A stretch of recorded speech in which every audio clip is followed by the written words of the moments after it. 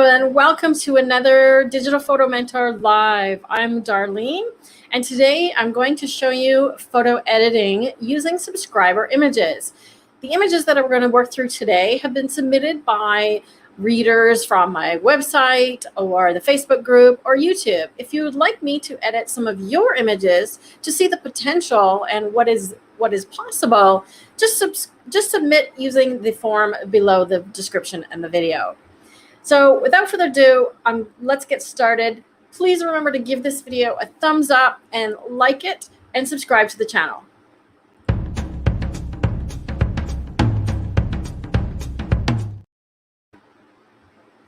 Okay, here I am over in Lightroom. Let me just get my big banner off the bottom here. And just a reminder, if you want to submit your images, there is a link below the video. So today we're going to be talking about tone control to lead the viewer's eye. This is something that I do for most of my images, and I do it quite a bit. And I want to talk a little bit about the whys as to why I edit a certain way and why I'm doing things, because that's a question that I get a lot. You know, where do I start? How do I edit this image? Why are you doing that to that image? So I've got a couple here, and Kelly, if you're, I think I saw you in the chat. If you're here, yes, she is, that I've got your flower image, and I'm going to show you what I did with it, as well as a couple of others. So the first one I wanted to show everybody is this one. This was submitted actually last week from one of the Camera Club members. If you are a member of a Camera Club in your area, I can do a dedicated one of these lives just for your Camera Club members. So if you want to do that, just get in touch with me through our contact form on our website. Rob will pop a link to that into the chat for you. Right, so this is an image that was submitted by Gail, and I didn't get to it last week, and she actually emailed me to ask if I could turn off my air conditioner. I forgot again. She asked if I could edit this image to bring out the lily pond a little bit better. So this is what I came up with, and I'm going to show you how I did that using both Lightroom and Luminar AI. So I use both of those softwares in my photo editing workflow, and sometimes Photoshop. Not as much, but sometimes Photoshop. So let me just take a quick look at who is here. We've got lots of return guests visiting us. So Ron from Australia, and we've also got Linton as well. Maybe you guys should get together. Sounds like you're in the similar area. Maybe you can go out and shoot together sometime. Deb, pardon me, from Alaska. Awesome. I wonder if it's as warm as it is here. And Nigel, as always, from Barbados. Great to see you. Awesome. And we got Saskatchewan. So we got Canada and the US and Australia representing so far, and Barbados. So let me get started on this image. Pop over here into Lightroom. Okay, so this is the original image. Let me go over here into the develop module. All right, so this is the image as shot, and this is a raw file that was shot with Olympus. Okay, so you can tell by the ORF file extension that that was Olympus. My Lightroom is playing tricks on me. Let me just undo that.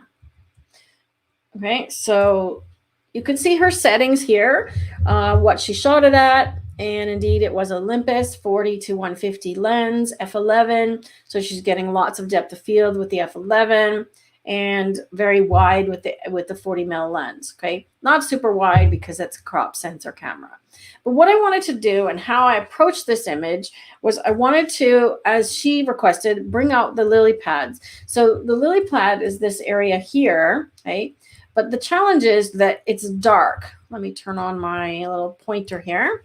Okay, so this area is dark, and what tends to grab your attention are things which are brighter and have more contrast. So if you're not sure what to do to your image, okay, so she knew that when she took this, she was photographing these lily pads. Okay, let's look at the image upside down. Okay, so if you're not sure how to edit it, do this with your image. On Lightroom, that is Command square bracket. So I did that twice to rotate it. okay? Once, twice, and now it's upside down, okay? Kind of playing tricks on your mind here. But what I'm looking at is when I look at it upside down is where does my eye go? Okay, so my eye goes here to this bright log and here to these areas of these reeds in the foreground and also this strip of yellow in the background. Okay, so your eye is drawn to four things: color, contrast, brightness, and sharpness. Now, because pretty much the whole image is sharp because of f11 that she shot at, we need to draw the attention to the lily pads using brightness, contrast, and color, okay? And we want to make sure that these other things don't have that, okay? So let me turn it back right side up again. All right. And I'm just going to start on this one in Lightroom. So what I did to start is I'm going to do a little bit of tone control in terms of overall, okay? The first thing I always look at is the camera profile. So if you're in Lightroom, that's the four squares right here. And the Olympus profile have been pulled into Luminar, or pardon me, Lightroom. So you can see muted, natural, which is the one that she was using, vivid, and portrait. So I might actually switch to vivid because it's going to give me a little bit more color. And you can see there's a monochrome one as well. So by switching one of these profiles, you might actually get some better color right out of the gate. Quickly looking at the Adobe ones, I don't see anything that looks any better. So I'm going to go with the Olympus Vivid profile. Okay, so just doing that, you can see the colors are already a little bit punchier. The next thing I'm going to do, and you want to be careful of toning these things down, because if I tone down the highlights, okay, let's just pull it to extreme, for example, okay, and I can check to see if there's any areas clipping. A couple of different ways I can do that, okay? So clipping means that there's an area that has no detail, okay? So that could be on the white end or it could be on the black end, the shadow end, okay? So if I hold my Alt-Option key and click on the white slider, it's going to show me anything that's clipping. If I go up to extremes, okay? So that's what it looks like clipping, right? If I want to have the clippings on all the time, just press the J key on your keyboard, and then you'll start to see the highlights clipping in red, and you'll see the shadows clipping in blue, like that, okay? So I tend to use the Alt-Option key as opposed to J, okay? So the danger of pulling the highlights all the way down is, yes, it did take care of some of these things, but I actually want to keep and increase the highlights in this area. So instead of doing that globally, which is the sliders here in the basic panel apply to the entire image, that's global, I'm going to do what's called a local adjustment instead. So I'm going to use the radial filter, and I use these a lot. I'm going to reset it, just double click the word effect, so not any of the sliders. And I'm going to draw one over top of this lily pad here, right? So the first thing that happens is it's going to apply inside the lily pad, whatever I do. So I'm going to bring the whites up. So see how that's immediately sort of punching up things inside the lily pad? Maybe I'll make it a little bit narrower. I'm going to increase the contrast, the brightness, and I might give it a little bit of clarity and texture. Okay, so let me just turn that on and off so you can see what it's doing. So it's only affecting the area inside that circle that I drew, okay, where you see the green. I'm pressing O on the keyboard for overlay to see that, right? And that lily pond is now looking much better. The next thing I'm going to do is I'm going to duplicate this radial filter, and I'm going to just offset it a little bit so that I can see that there's two different pins here. Maybe make it a little bit larger as well. Then I'm going to invert it. So now it's applying to the outside of the circle. Okay, double click again, and I'm going to do the opposite this time. Now I'm going to lower the highlights, right? I might lower the texture and the clarity, and I might even lower the sharpness a little bit. Okay, so what that's going to do is sort of take again, your eye is drawn to sharp things, take the attention a little bit away from the things that are on the outside of that lily pond, okay? So now let me turn that off and on. So you can see that it's darkening the outside while simultaneously brightening this inside part, okay? Now, I could have done that with a vignette, which is under the effects panel, but the challenge with the vignette is it only works from the center in, okay? If you're using Luminar, you can off-center your vignette, which is great. So you could actually do this with the vignette tool, okay? So I'm just gonna reset that. All right. Now we're coming along nicely. I want to take it a little farther, right? Another thing that I use a lot is the HSL panel. So HSL stands for hue, which is the color tonality, okay? So the actual tint of color. Saturation is how intense the color is, and luminance is the brightness of each of the colors. So I have full control over brightening and darkening different things in this picture. So you'll notice that the tree and these little bulrushes in the grass are probably yellow and orange. So if I just take a guess, right? Yes, there's definitely some yellow in there, okay? I'm using the yellow slider. Let's try orange, okay? So there's also orange in there. Or you can use this little targeted adjustment tool. So when you click on the little circle and go to your image and hold your mouse button down while you click, it's going to grab the sliders that affect those tones. So now you can see that it's affecting yellow and orange. Okay, so I don't want to go quite so far, but I do want to darken that little log down a bit. Okay, and I'm going to do a few other things to make it go a little farther. Okay, now I might actually want to brighten the trees a little bit because they're kind of dull. So I'm going to bring the greens up a little bit while keeping the yellow down. I'm going to bring the greens up. So see what that's doing is it's creating a little bit more contrast in the greens there, okay?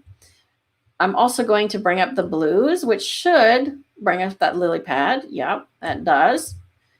And I could also add some saturation to the blue if I want as well. Okay, so that's doing a nice job. Just toggle that on and off and a before and after, okay? The other little trick that I did here, I also cropped the image, right? So I felt like it needed less trees, right? The image here, the lily pad is right sort of smack in the middle. And let's unlock that aspect ratio. Just click the little lock. So I wanted less top and I think a little bit less bottom as well of those bulrushes. And I might even come in a little bit on this side. I can't remember what I did on the first one. Let's go have a look. Yeah, so I didn't come in on the left, looks like, but I did come in on the bottom. So about like that is what I did on the last go around, right? So we're getting close, but one more thing I want to do, and this is a little trick that you can use for anything that you want to tone down, like this log here. So I'm going to zoom in. Let's go to about 50%. So I'm going to zoom in on this log. A little bigger. There we go. And I'm going to use the cloning and healing tool, right? So I'm going to use heal, but I'm going to use it at a lower opacity, about 30%. And I'm going to draw all the way over this log here, okay? So Lightroom chooses a spot to pull from, the source, okay? And as I turn up the opacity, watch what happens, okay? If I go all the way, it's going to remove it completely, but I just want to darken it, okay? So it's still there, but I want to fade it out. So I'm at about 70%. Then I'm going to do the same thing for the reflection, right? And it's choosing a spot over here. I'm just going to choose one here and do it at about the same opacity. Okay, so it looks like it's blending fairly naturally. Okay, so see what that's doing is it's just darkening the log without completely removing it. So I will do that actually if I'm using, doing a portrait and I want to do circles under the eyes and things like that. Okay, I'm just for anybody that's watching on Facebook, if you're new to using StreamYard, which is what I'm using to broadcast, you just need to go into your Facebook permissions and allow StreamYard to allow you to comment on the screen. And then I will be able to see your comments. Okay. Does anybody have any questions about what I'm doing so far? Okay, Rob says, yes, my famous upside down trick. Hey, maybe share the article for them, Rob, please, about watching your background, because that's where I talk about looking at your image upside down. But it does help really well for looking at your editing as well. Carol's on Facebook. Hi, Carol. Nice to see you. Smoky in Calgary today, Kelly says. All right, so let's keep going on this one. I'm going to go back. Oops. Get out of that tool. Zoom back out. Let's do another before and after. So you can see how I'm really sort of now drawing the eye more towards that lily pond, right? The next thing that I did was I actually took this one into Luminar to get the effect that looks like this.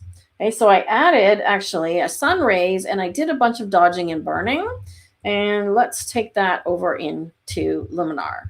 So from here, I want to go edit in. So I right clicked and then I'm going to choose Luminar AI. And I want to make sure that I choose a copy with the Lightroom adjustments. Because I've already done some things here in Lightroom, I want to take that version over, okay? If you are using Luminar as a plugin, you can also open the raw file directly from here if you choose export instead. Okay. Let me just show you that while it's opening Luminar. All right, so my Luminar is opening. Probably will open on my other desktop. Let's let it have a moment to work out. All right, so there is the link that Rob posted. You can get to that article if you click that in the chat. Thanks, Kelly. She says that's a neat trick of looking at the image upside down. So I didn't do that with your flower image, but I did do another trick. So I'll show you that one next. Let me see if my Luminar is opened. Yes, it has. Let me just pop that over to my other screen here. All right. So now I'm inside of Luminar AI. If you are not currently using Luminar AI, it works as both a plugin and a standalone product. So if you don't have Adobe and you don't want to pay their monthly fees, this is a great option for you.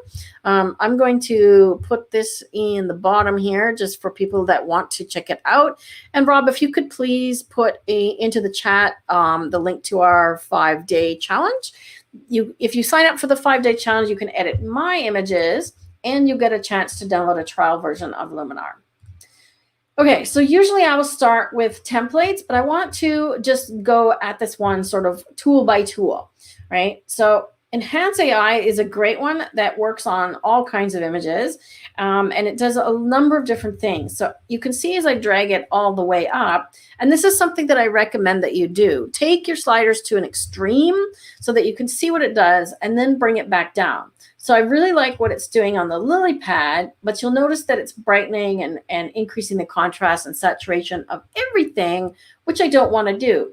But there's an easy fix, right? Because most of the tools inside of Luminar come with built-in masking.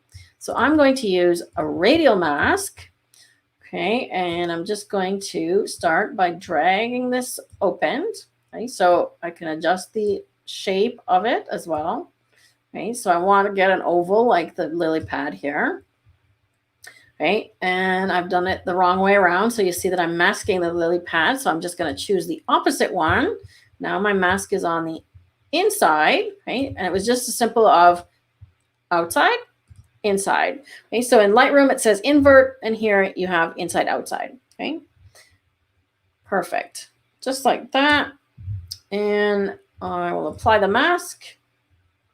Okay, so now you can see that it's gone a little bit too far. Now I can just scale it down a bit, right? And if I want to adjust the mask a little bit more, I can go back in and paint it as well, right?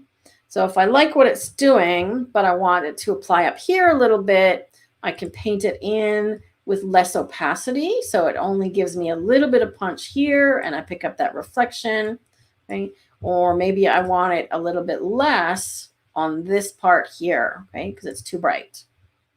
Let's go even a little bit less.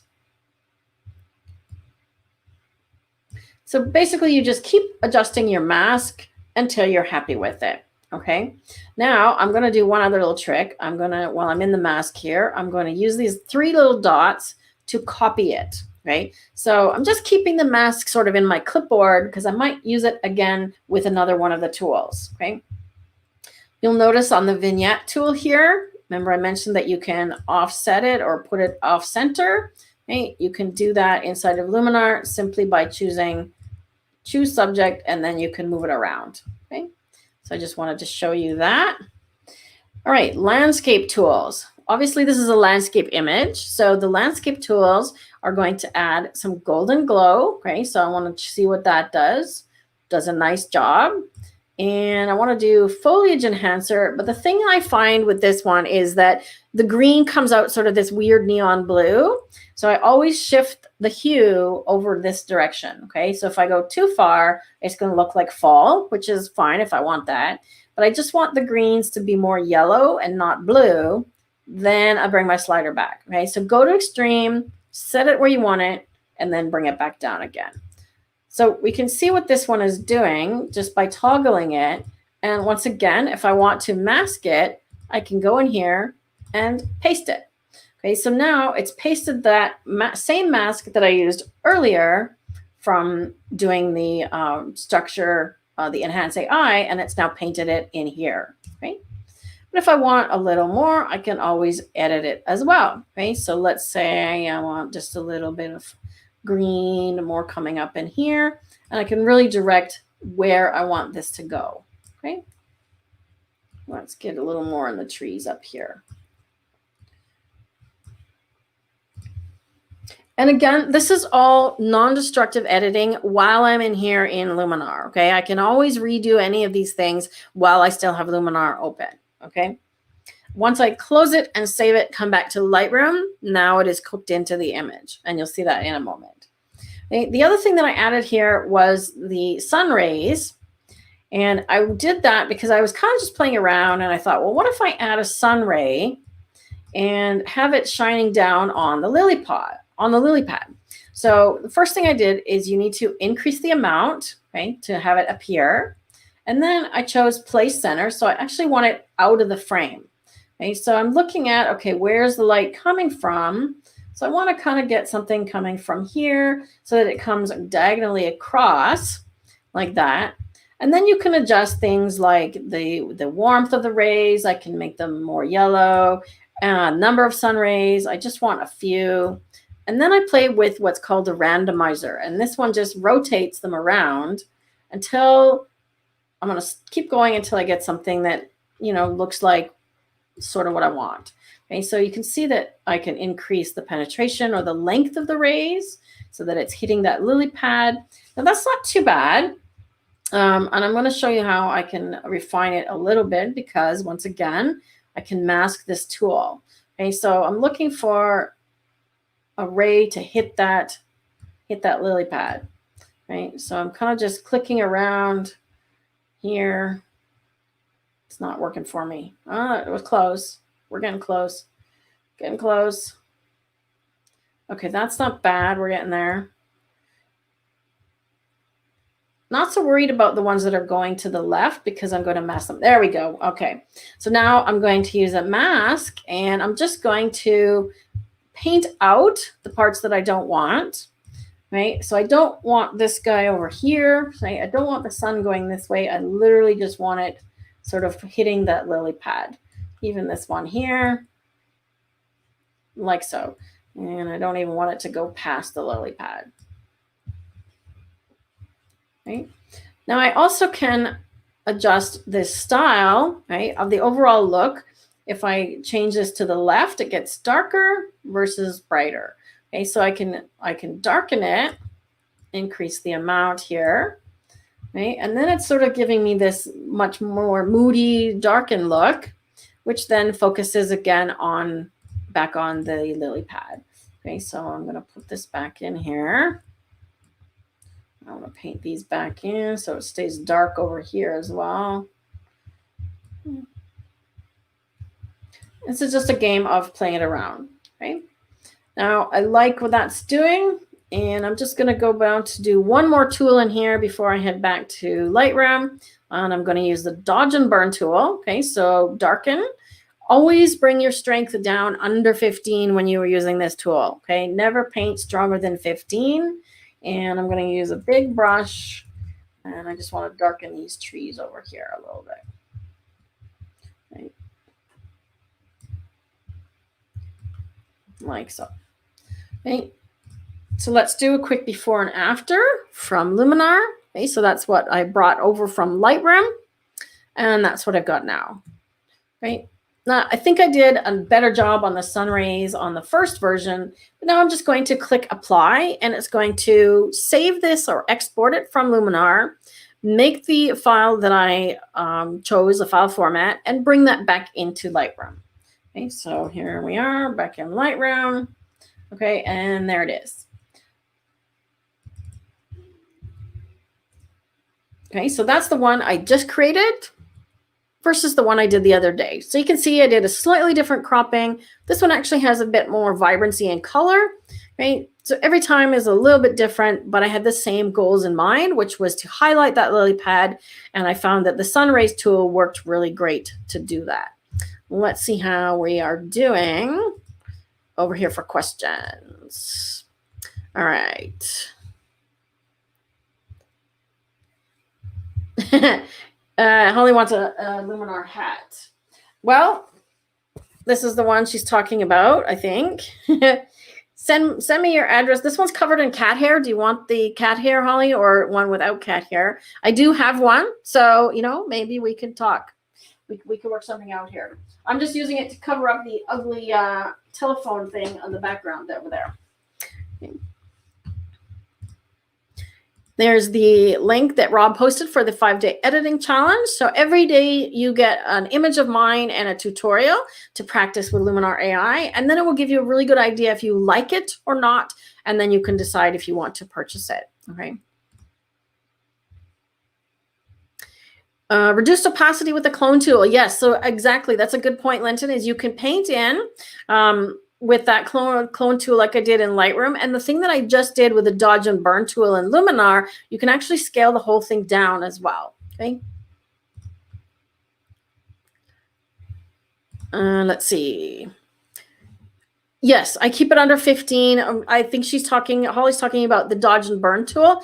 The issue with the dodge and burn tool is that when you raise it higher than that, you start to get really noticeable edits. Okay, so you want it to blend gently. So think about if you're painting a room in your house or your fence or something, right? You don't take a big glob of paint and just, off you go, make a big blob. You do layer and layer and layer. Okay, so that's the same idea. Is you want to layer your dodging and burning under 15%. Yeah. Okay, no cat hair for you. We'll see if we can find one without cat hair.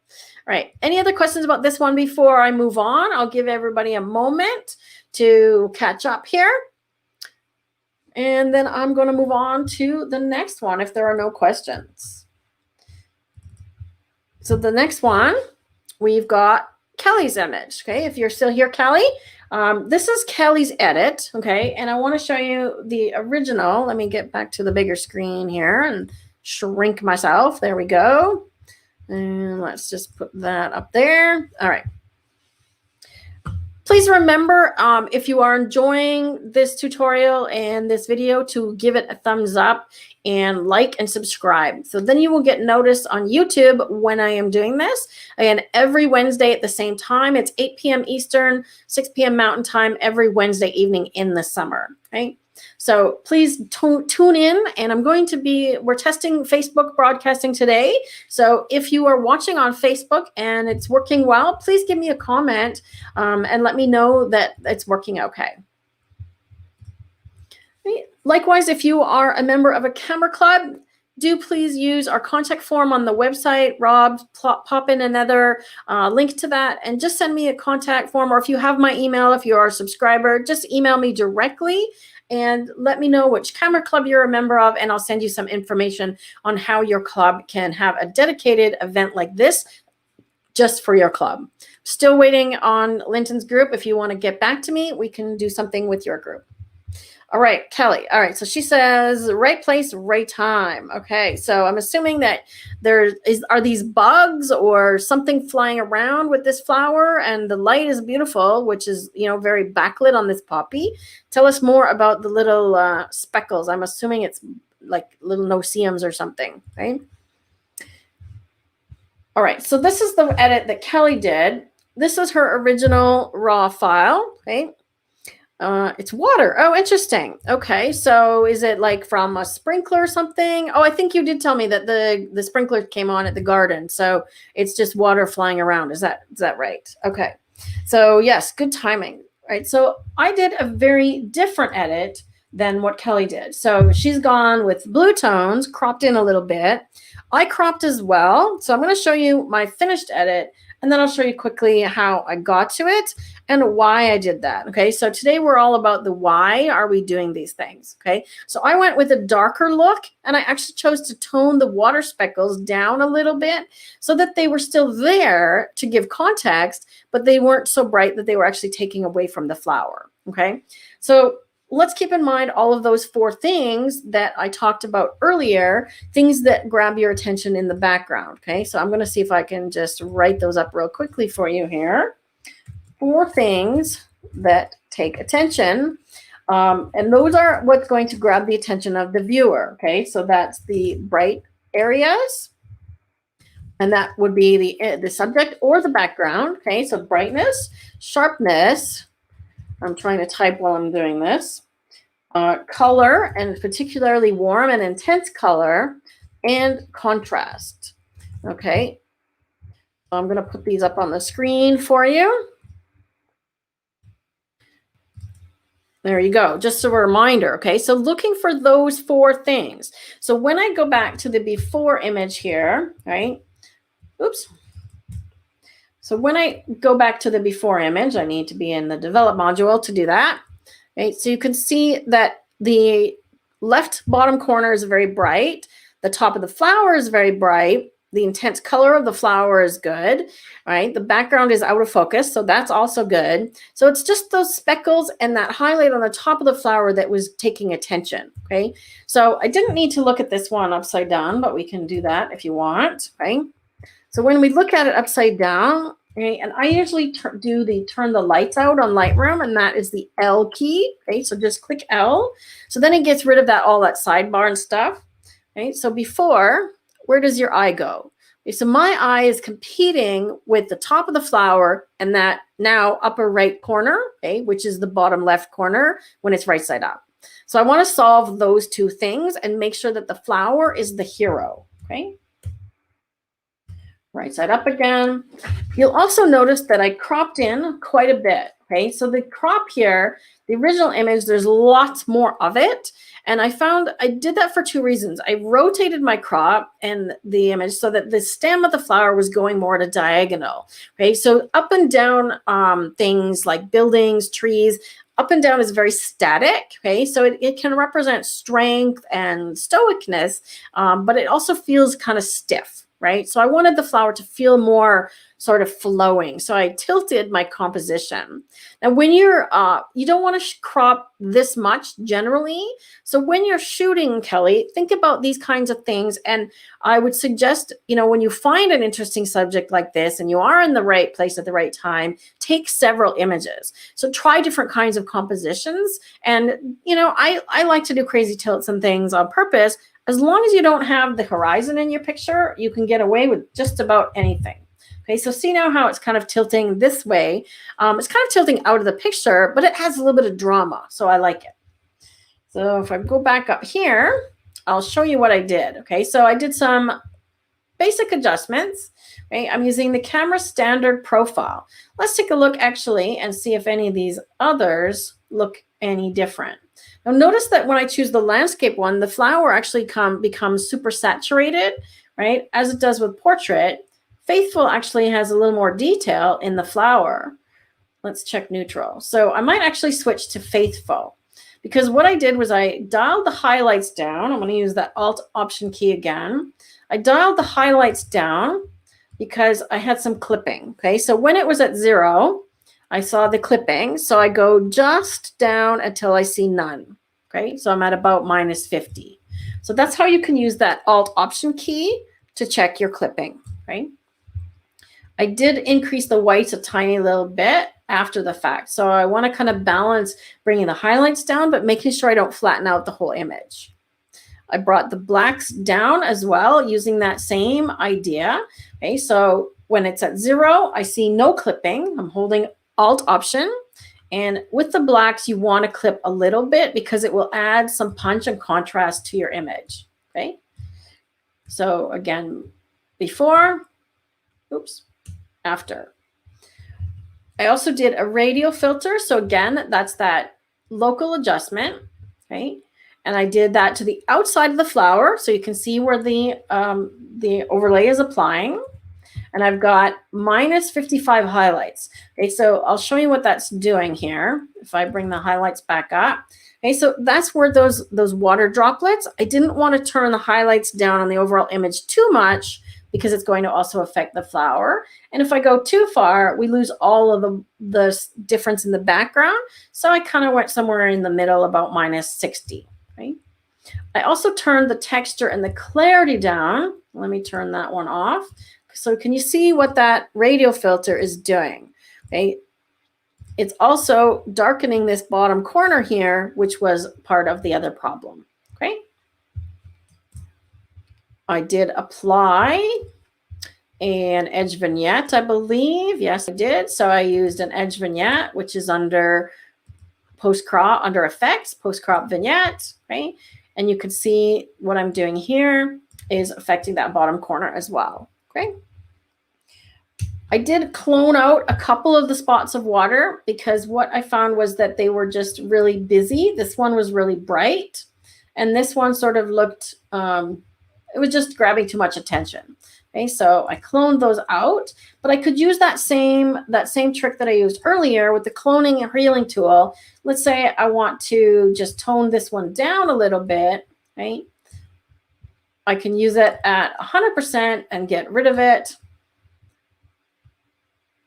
There it goes. Or I can dial it down a bit so it just darkens it, right? So I just chose to do that on the ones that I felt were grabbing too much attention, right? Finally, the last thing I did here was in the HSL panel is I actually lowered the saturation of the yellow and orange a little bit, right? So what happens is when you have really intense colors, what can happen is those will clip. Okay, so red and orange are particularly bad. So I lowered the yellow and the green a bit as well. I could play with my green. Maybe I'll bring that back up again. Okay, so watch what happens when I bring the yellow down. Okay, it's affecting those highlights on the flower just ever so subtly, and the saturation the same. Okay. I can also completely affect the hue of this flower. If I wanted it to be more red, I can use my targeted adjustment tool and just play with the colors here. So now we have a red poppy versus an orange poppy. Okay. So you get to decide how you want to affect it. I kind of like the orange poppy. Okay. So before and after. All right. How are we doing? Did I take care of those 4 things that are ticking away at the bottom down there? And I see there are a few questions. Okay. K Freeze. I don't know what your first name is. If you could let me know. You sent a couple of raw images unedited as requested. I don't see a way to send my own edit. Yes, just Kelly just emailed me. So you could either send that as a second one or just submit the form again and send me your edited one. If you want to see a comparison between what I do and what you've done, right? And that's what Rob just said as well. Yeah, just do the form again and put a note in that's your final edit. Perfect.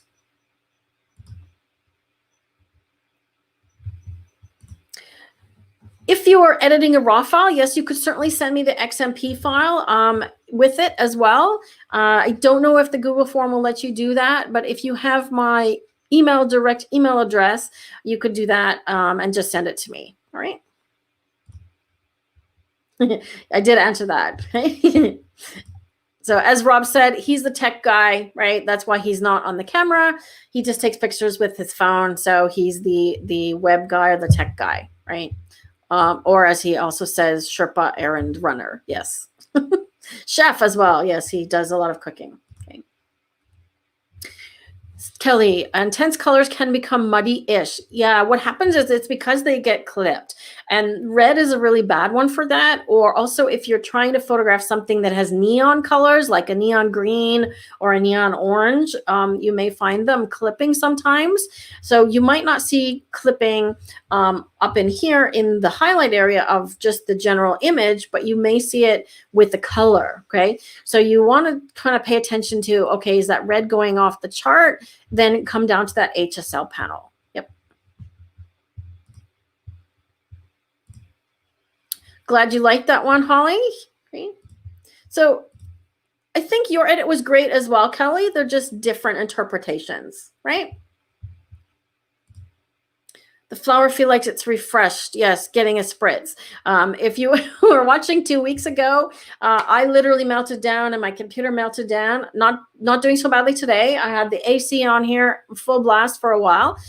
So I think we're going to take like a 2-minute break and I'm come back and I've got several more images for everybody to edit.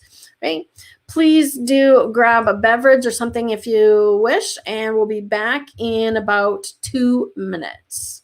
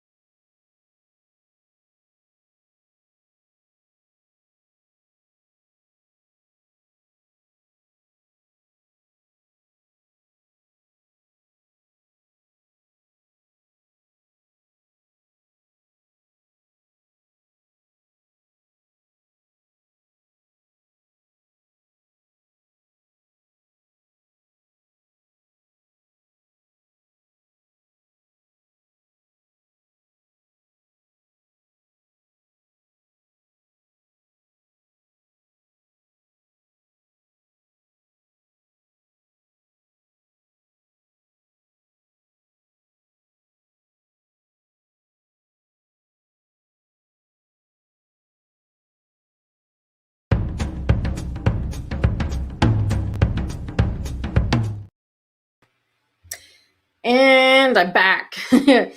Had to use the facilities. So I hope everybody's got a drink. If it's warm where you are, please stay hydrated. It's been very hot here. Cheers. So I'd love to ask everybody a question in terms of what editing software are you using, right? What is your primary, and do you use any additional ones as plugins or secondary? So just pop into the chat and tell us what software you are using, right? Or softwares, right? And why as well, because I find a lot of people start using Adobe because that's, you know, the thing that everybody uses. It's the pro standard. And I do still, my workflow is Lightroom primarily still, because I have tons of images. Let me just add my screen back in here. So let me show you how many images I actually have. If I go back to my screen here. So if I look at my entire catalog, I have 172,000 images in my Lightroom catalog.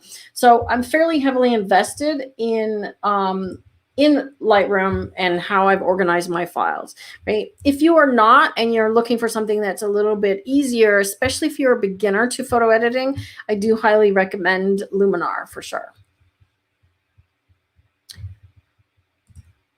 Greetings from Peru. I'm going to take a guess. Is that Flavio? Okay, so you have to connect that with your Facebook page, or your Facebook, so I know who you are. But yeah, I'm going to guess Flavio. Hola, amigo. All right. So let's see. We've got a few answers. Okay, faithful to Luminar, because that's all you can handle. That's awesome. No shame in that at all. Lightroom, sometimes Photoshop. Okay. Alan says mostly Lightroom, a little Photoshop, and sometimes on one Photo Raw. That's another one that I have been looking to test shortly as well. So I'm interested to hear your thoughts on that, Alan, if you like it and which one you use the most.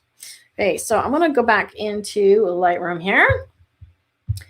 How do you like my new our system here with comments, so I can see all your lovely faces with your comments? Let's see. Some of these images, I actually worked on this elephant a couple of weeks ago, and I just wanted to kind of review it because that's the week that I had literally a meltdown, right? So I just wanted to show everybody where I was at with this one. And the video was a bit choppy that day. So what I ended up doing with this one, hopefully you can see it a little better today, right, is I turned it into black and white, and I brought some attention into the eye using the tools that I've showed you today. So I used some radial filters. Let me see here. I've got a radial filter over the eye. So I'm adding exposure, texture, and clarity. And then I also added a graduated filter, or two of them, over here, right, to darken this edge of the picture. Actually, I might bring that out like so. Okay, so I'm darkening this part that was really bright. And I brought the blacks down to give it a bit more punch. So when you're doing black and white, and that's actually the next thing I want to show, is this image here works really great to convert to black and white because there's lots of different colors in the original, right? So this is an image that was submitted by Anne Trine. I don't know how to pronounce your name correctly, so refresh my memory if I'm saying this correct, right? So this one was submitted a while back, and I haven't had a chance to edit it, but I wanted to show you a few things that are built into Lightroom. Again, these are available in the Luminar as well in terms of corrections. So this one I wanted to show building corrections, right? So when you're shooting with a wide angle lens, let's see what she's using here. Right, so 22 mm lens on a Canon 90D, so crop sensor camera. So it's a fairly wide lens. So when you're shooting with a wide lens and you're shooting either up or down, you will get some perspective or distortion, right? So if you're looking up at buildings, the top of the buildings are going to look like they're smaller than the bottom, right? And that's normal, but the wider the lens, the more of that you get. Okay, so there's some tools inside of Lightroom for you to help you deal with that, and that is under Transform, right? So you can also use lens corrections, which I do recommend, and that is to look for things like chromatic aberration, and it will correct some of the distortion. It looks like she's got a good lens here. So chromatic aberration looks like a color fringe around the edge of things, and I'm looking closely and I don't see any. But we're going to turn it on anyways because it's literally just a checkbox, okay? And you'll notice that when I enabled the profile correction, it correctly chose the lens that she was using. Okay, so the Canon 10-22, and you can see that's indeed the lens that she was using, okay? So if we look at just what that's doing, it's getting rid of some edge vignetting, okay? So often lenses are darker. Some lenses will have your corners a little bit darker. And if you're trying to vignette your edges anyways, that's not a big deal. Okay, but the other thing it does is it sort of corrects some of the distortion. Okay, now I could actually go farther with it, right? Because your wide lens will give you what's called barrel distortion. So it's not doing a huge amount there, right? The next thing I want to do is go into that transform panel. And there's some great buttons at the top here. Okay, oops, I'm going to undo that because I've already done some. That makes more sense. I was like, why does it not look distorted? Okay.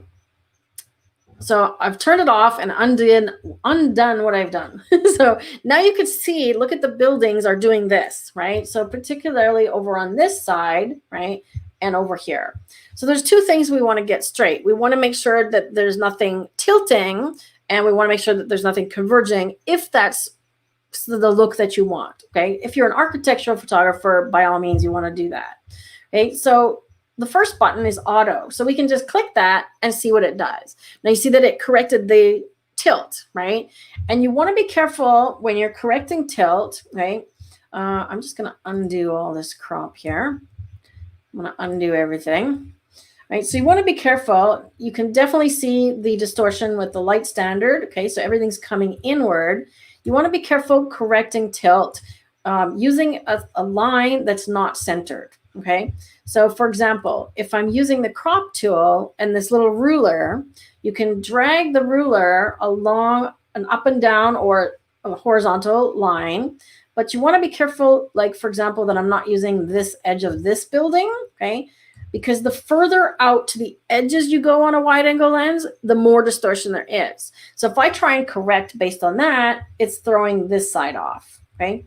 If I undo that, and let's say I try the lamp standard over here, it's going to get even worse. Okay, so now the light is up and down, but everything else is really crooked, right? All right, let's undo that. So I like to use the transform tools and the crop tool together, okay? So I'm going to try vertical and see what that does. Right, now look, the light standard is sort of out of the picture, right? But you can see that it has corrected that and cropped it. So the light standard is almost out, but it still looks a little bit like it's tilting on this edge. So let's just see if I go a little bit more. Okay, so minus on the vertical tucks that bottom edge in. Okay, so the bottom is bigger, and now you're getting these white edges, right? And I'm going to extreme just to show you what it's doing, okay? If you tick this little box here, constrain crop, now you can see that it has cropped off those white edges, right? So I'm just going to check to see how it's looking. Is the light standard up and down? It looks like everything is straight up and down, right? That looks pretty good. Maybe tilting a little bit, right? Like so. That looks pretty good. So having done all of that, now we have our buildings that are not crooked, right? Next thing I want to do is do a black and white conversion on this one, right? Now the highlights, the sky is not clipping, even though it looks like it is. I can pull it down a little bit, and there's a bit of detail in that sky there, but you can see it is there, right? Okay, so I'm going to show you how to fix that sky without having to do a replacement, okay? That's two options. We could replace the sky, or we could just adjust the one that's there, okay? Let's see. Okay, so I want to make sure that I have pure white. So I'm going to bring it up until I have clipping, and then just back down. And then I want clipping on the black. So I'm holding that Alt Option key again. And I'm just going to add a little bit of clarity. Generally, for most images, I don't go over about 15. Okay. I'm also going to add a tone curve because the whole thing is just kind of a little bit flat.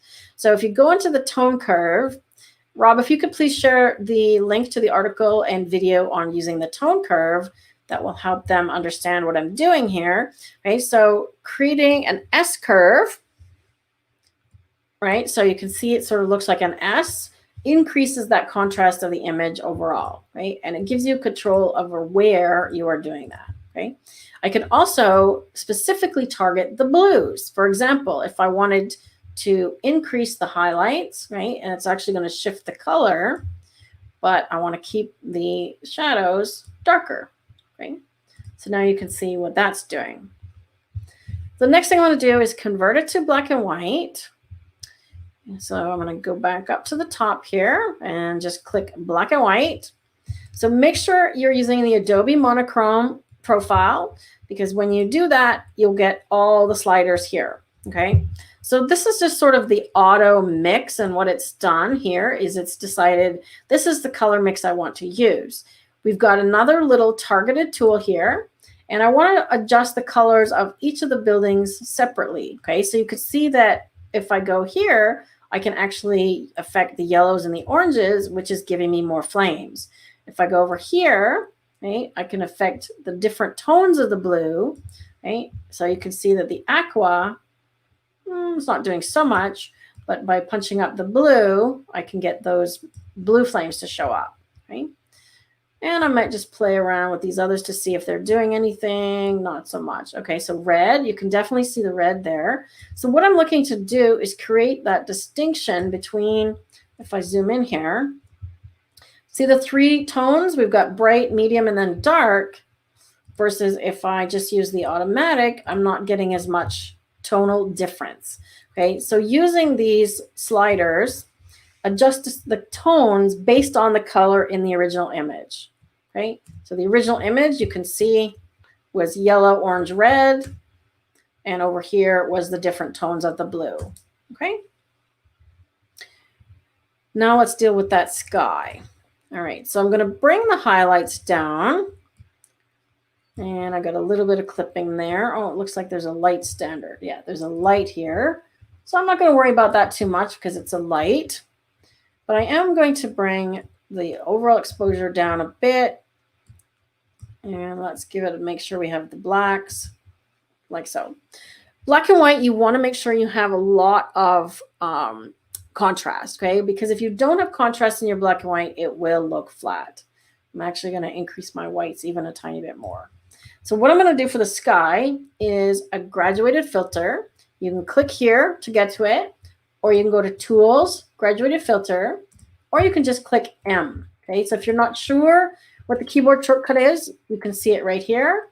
Rob, please share a link to the shortcut video or the shortcut article for downloading the Lightroom shortcut keys.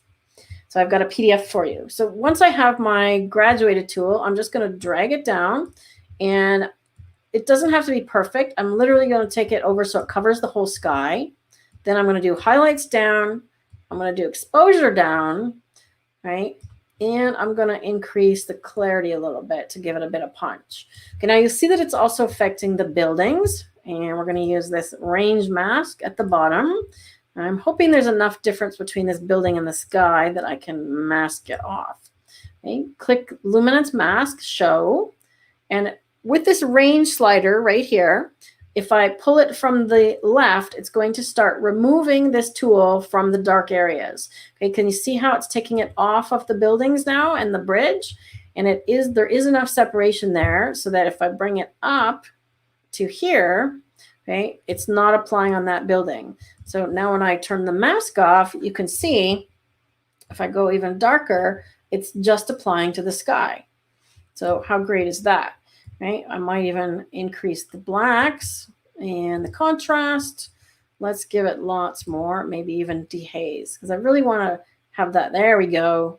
Okay, so I really want that sky to show up. So I'm playing with things that I know are going to give me contrast, which was contrast itself. Okay, and dehaze seemed to do a nice job. Right? Like so. I might even give it a bit more whites and a bit more blacks, but dehaze did a nice job there. Look at that. Okay, so see how that graduated filter is only affecting the sky. It is affecting this building a tiny little bit, but it looks like it's sort of fading naturally, so I'm not going to worry about it too much. All right. And there we have our original color versus our black and white. Right, now let's see what happens if I decide to go back to color. Right, we still have the sky, and it's actually got some blue in it now. Right, now I can see that it is affecting the building a little bit, so I would probably go in and mask it manually and just paint it out.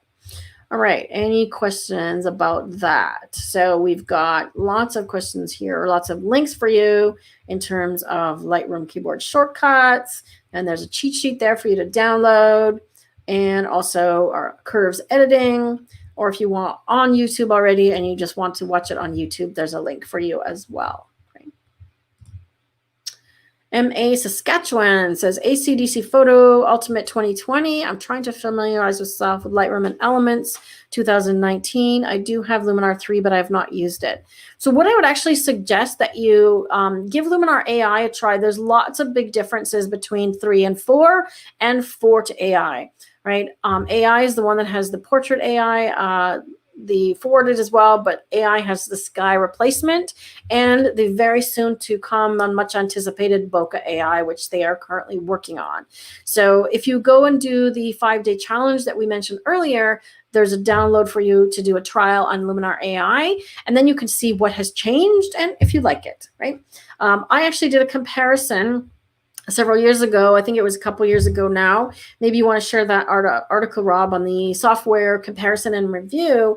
And Photoshop Elements was one that I tested against Luminar and Lightroom and Photoshop. I think there was 10 softwares total. And I wasn't a super fan of Elements, to be honest. I find that if you want the things that it does, you'd probably be better off just getting full Photoshop, right? Unless, of course, you don't want to pay the subscription, right? So we're back to the same thing. All right, let's have a look.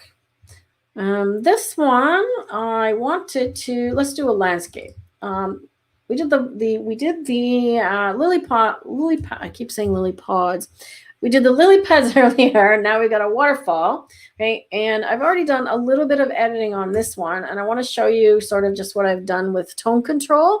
And all I've done here so far is I've just changed the camera profile to landscape, right? Which gave us more green, right? So look at the difference between sort of the neutral and the green, right? Portrait, faithful, landscape. Okay, so the landscape greens are a bit yellowish, but we can fix that. So it's that same challenge that I had in Luminar, where the green was going kind of wonky color. So I did the tricks with the whites and the blacks, and I pulled the highlights down, right? I might bring the exposure back up just a tiny bit. But if we want to adjust those colors, we can do the same thing here again in the HSL panel. Okay, targeted adjustment tool, click on the greens, and let's just make them more yellow. So you want a fall scene? No problem, right? That's a little too blue, but if you want fall, absolutely no problem, right? Change it to fall. So let's just say we want a fall scene.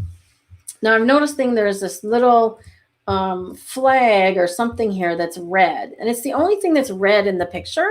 So let me see if I can just shift that more to orange, and then it's going to blend in better. There we go. So see how just changing the hue of that or little red thing, and I don't have to worry about cloning it out or doing any of that, right? So now I've made more of a fall scene, right, as opposed to summer. I'm going to do a bit more tone control to darken this bottom part. Okay, I believe I did apply a slight edge vignette, right? And that's in my Lightroom preset set of packages. We have one available if you're interested in Lightroom presets. Another link for you, Rob. But I want to just add a darkening to the bottom. So I'm going to use that graduated filter again. Pull it up from the bottom. Okay, now you can pull down the exposure and or the highlights. I find that if you do highlights, that it tends to just look mushy, right? Because it's getting rid of all the highlights and not keeping contrast. So I'll do the highlights a little bit, but then I will do exposure, okay? And I might pull it up even a bit higher so I get this rock here. And then I can use the mask again to just take it off the dark areas or the water, okay? So you can see where it's applying, right? Like so. So I just want it off the shadows. Perfect. Okay, so you can see that that is bringing attention to the waterfall. Okay, so again, the whole idea is attention where you want it. Okay, so I'm going to do the same thing at the top, and maybe not quite so much. Bring it up a little bit. Right? Now keep in mind that how far apart you spread these lines is going to change how much it fades or how gradually it fades. Okay, so if you want a gradual fade, put the lines further apart. If you want a sharp fade, like in this case, I just need to go to the waterfall and I want everything above it. I don't need to have a fade, right? And then I can just adjust what's happening there. Oops. Okay. I do believe that I adjusted the overall temperature as well. The original shot was a little on the blue side, like so. Right? So I warmed it up a little bit by adding a bit of yellow. And you could try the targeted adjustment tool here on the water and see if that works. Okay, so that did, and it did exactly what I was doing, which was increase the yellow. I'm going to give it a little bit more pink so it doesn't pick up any tint of green. And I'm going to bring the exposure back up a little. Okay, make sure I'm always double checking everything, right? So when I change one thing, I go back and change another. I don't want to bring the highlights down any further than I have to because I want to keep the sparkle in the water. Okay. The other thing I can do is do a radial filter. Okay, so let's say I want to apply something to the middle of the image. You'll notice that the graduated filters only apply from the edges. So I can do the bottom and the top, but I can't do the middle. Okay, so that's where one of these radial filters come in. Just stretch it off the image like that, right? And then you can apply to the middle. So I'm going to show you what it's doing like that. Okay, so I'm going to add some texture and a little bit of clarity, right? Maybe even a bit more texture. And it's going to pick up the waterfall, right? Now notice that it is going to pick up that branch too. So I could choose to take it off the branch by using the brush. Okay, so this one is where it gets confusing for some people because even though I'm using a radial filter, right, there's a brush that comes with it now. Okay, and this was a few versions of Lightroom ago where you can actually brush in or out the effect. Okay, so the radial filter is all inside the circle, but I can choose brush and erase, and I'm going to choose flow about 50 and just make my brush a little smaller, softer, and I'm just going to remove it from this tree that's jutting in here a bit. Okay, so I don't want to sharpen and contrast up the branch as much. Okay, let's see, and make sure I could paint that one out too. Right, so let's look at the before again. Okay, so it's a little on the blue side. The rocks in the foreground are taking a lot of attention. Okay, you could look at this one upside down again and after. So I've warmed it up. I've drawn the tension into the center. Now I'm going to do a finishing touch. Okay, I'm still seeing that orange thing up here, so I don't want to deal with that. And I'm just going to do another one of my little clone or heel at a lower percent. I'm just going to make sure it sort of masks it over with a leaf. I might do 100%. And let's get rid of that guy. Because I was still seeing that orange and I don't want to see it. It's grabbing too much attention. There we go. Okay. One of the things I love about Luminar is that I can do some finishing touches, right? So I'm going to grab this one and go edit in Luminar AI again, right? If you want to pull the original raw file into Luminar from Lightroom, right, what you want to do is you want to go export down here, right? Now I have a lot of exports, right? But you want to find where it says Luminar AI and open source files, right? That will open the raw file directly in Luminar, okay? I'm going to do edit in Luminar. And yes, I want to copy. And then while it's doing that, I want to check our comments over here. Okay. As Rob mentioned in the chat, I demonstrate Luminar AI a lot. On our channel, we have lots of Luminar AI videos and an entire playlist. So every time I make a video of Luminar AI, you'll see it come up in that playlist. Maybe you can share that, Rob, as well. Okay. Linton says, oops. Linton says, Lightroom CC, Luminar AI, and a little Infinity. I remember we talked about this, Linton. Are you using CC or Classic?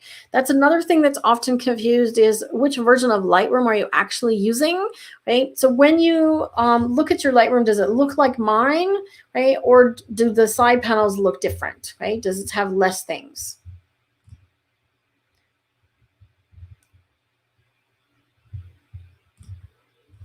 Rob wants to know, who wants me to do a tutorial on radial filters and graduated filters? So yes, there's a couple of yeses. Ron does twice. Okay. That's something I will take into consideration. Thank you, everybody, for your input. Okay, so you're using CC, not Classic. I'd love to know why you chose CC and not Classic. CC, for everybody else that's watching, is the cloud version, meaning that your images actually live in the cloud and you're editing them in the cloud. Whereas Classic, they live on your hard drive, okay? So I know a lot of people tend to use CC if they're traveling a lot, but you can also actually install them both, okay? So if you have a current paid membership to Adobe, you can actually install them both. Okay, Kelly says she would like that tutorial as well. All right, I think I've got Luminar open, and as it's popped over to my other monitor again, I'll just move it over. All right, so now that I've got it sort of how I like it, I could try templates. So I've got templates that I've created, templates that I've favorited, and the ones at the top here are ones that Skylum or Luminar is suggesting, okay? So it's things that I have macro, like, okay, well, it's not a macro image, but let's see what it looks like. Because sometimes you might get a good result, even though that template isn't built for this particular genre. For example, I've built some portrait templates, but they work well on other kinds of images as well, okay? Deep focus. I know there's one that I think I'm gonna like, and it's long exposure. So that one looks fairly orange. Oh, that looks kind of cool. So now we're really getting into the fall colors, right? It's really picking up that. So I could play with that, right? So the Luminar templates are really good at figuring out what's in your image and giving you some suggestions, all right? So look how much sharper that one is versus the one over here. I'm going to go down here because there's another landscape one that I want to try. This is the one. Okay, so this one is in my favorites actually, and it's called long exposure. If it's not in my favorites, it should be. Okay, so you can click the little heart just to add it to your favorites. Once you apply a template, you'll see it down at the bottom here with a slider. You can actually dial it back. Okay, so I'm just going to dial it all the way to 0, which is what I brought from Lightroom. So you can actually choose a template and then go, well, I like that, but it's too strong, and literally just bring it back a little bit, okay? So if we like that, we can be done, and that's it, okay? I kind of do like this, but I'm going to leave it at full strength, and I'm going to go into edit, because then you can edit each individual tool separately, and you can tell which ones are edited because you can see this little dot. I don't know if you can see it on your screen, but where my little green circle is, any tool that has a little dot next to it has been applied in this template. Okay, so I can simply go and turn each of them sort of off and on and say, oh, okay, do I like what this one is doing or not? And I do like what it's doing to the waterfall, but it's highlighting, again, the outside too much. So once again, I'm going to use that radial mask, and I'm going to draw an oval like this. Let my mouse catch up. There we go. Come on, oval, come on. There we go. Nope. I got to grab the right spot. So I'm trying to grab the inside circle here. An arrow will show up where I can change the shape of it. Let me try this side. There we go. Better luck that way, right? So when you move your mouse around, now I can see it's got like a little sort of curved arrow. So that allows me to rotate it, okay?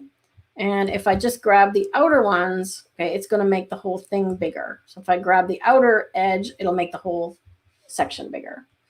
Okay. Let's get that where I want it. My mouse is being extra finicky here. I think we're starting to hit overheat territory. Let's move this whole thing over and make it just a little bit bigger. Like that. Okay, there we go. So now I'm going to grab the outside circle, and I should just be able to make it bigger. There we go. And you can see there's a big fade here. I can also increase or decrease the fade. Right, so that looks better, and I'm happy with that. So now it's just affecting the inside part and the waterfall. Okay, see that? Now if I want to do the same, remember I can copy that mask and use it again. Okay, on another one. So let's see what it's doing under color. So I just kind of go in and toggle these off and on. That one's all right. I'm going to go into landscape. I'm actually going to go more golden hour and more foliage, right? Because I want to increase that fall look. So let's take it to extreme. And now we've got some really nice yellows and greens for fall, right? Like so. And one that I want to add here is, let's see, the vignette. Check where your vignette is applying. Turn the feather all the way down to 0 and then your darkness way down. And you'll be able to see where the vignette is. So I think the placement is good. I might just move it over a little bit and make it a little bit smaller. Right? And then put the feather back, put the amount back. So I use the feather to 0 and amount dark just to get the placement, right? And you'll notice that there's an inner light here, so I could actually brighten the waterfall a bit more if I wanted, just really quickly with that, okay? One I wanted to do here is mystical, and this is a filter that I love on landscapes because it gives you this sort of, look at this glowy, right? It gives me this beautiful, literally mystical look, right? Now I like what that's doing a lot, so I'm going to take it up high. Okay, and I like what it's doing on the background in particular. I'm going to paste that mask in. Okay, so now it's only going to apply to the waterfall to give it that even more dreamy look. Okay, you see what that's doing? Look at that. I'm waiting for it to come back on. See that? Or I can actually invert it. Okay, same little 3 dots, invert. So now I can do mystical on the outside, meaning the waterfall is going to be sharper and my eye is going to be drawn there. Okay, so I'm going to go with that one. And then I'm going to add a little bit of glow. And there's one in here called glow that what it does is it takes the areas that are already bright. Okay, you see that? Like the waterfall. And it actually makes them glow a little bit. Okay, so it's only affecting the bright areas. So if I want my waterfall to have just a little hint of glow, so it feels like there's a mist coming off of it, right? That one works really great, right? There's one last one that I'm going to try here. I haven't played with this one on this image, but that's Atmosphere AI. So it allows you to add things like mist and fog. So I'm going to leave the lightness at 100 and just see what happens. Okay, so it's coming in from that top corner, but I could mask it again, remember? So if I want it to appear as if there's a mist coming over the waterfall, I could play with one of these guys, maybe layered fog, right? Okay, that's working pretty good. So it's showing the mist in the foreground. I like that. Okay. Or haze. So I'm just finding the right one. Oh, haze works great. That looks nice. Okay, so I'm adding a little bit of that haze, which makes it feel like the water is misting. See that? So let's look at the before. Okay, so it looks good tonality wise, but now we've just given it a little bit more artistic spunk. Okay, so all of the things that I'm doing here inside of Luminar, I could probably do in Photoshop with a multitude of different tools and things. I could probably do in Lightroom as well, but there's a few tools inside of Luminar like that don't work quite the same as they do inside of Luminar. One of the ones I love here is this super contrast because I can affect the contrast in the highlights and the shadows, right? So now that I've added all that mist, you can see that my highlights are getting blown out. So I can actually go in here and just affect the detail on this waterfall. Look at that, right? I can also add more shadow contrast if I find that I'm getting too flat, right? So when you do a lot of tone control, sometimes you go too far and it start to look flat. So you want to make sure you're not going too far. And I really like that. All right. Now we're happy with it. Going back to Lightroom, hit apply. So what do you think of those edits on that image? All right. Kate Freeze says, I have used Lightroom Classic since the first version many years ago. Yeah, me too. When they used to just call it Lightroom before there was Lightroom Mobile and Lightroom CC and all these other confusing things. I think I was actually a beta version. So I think I had Lightroom 0.9 or something like that. Okay. Lynette also says yes for a filter tutorial. Okay, so that would be a Lightroom. It's a tongue twister to switch back and forth saying Luminar and Lightroom all the time. So you guys try it.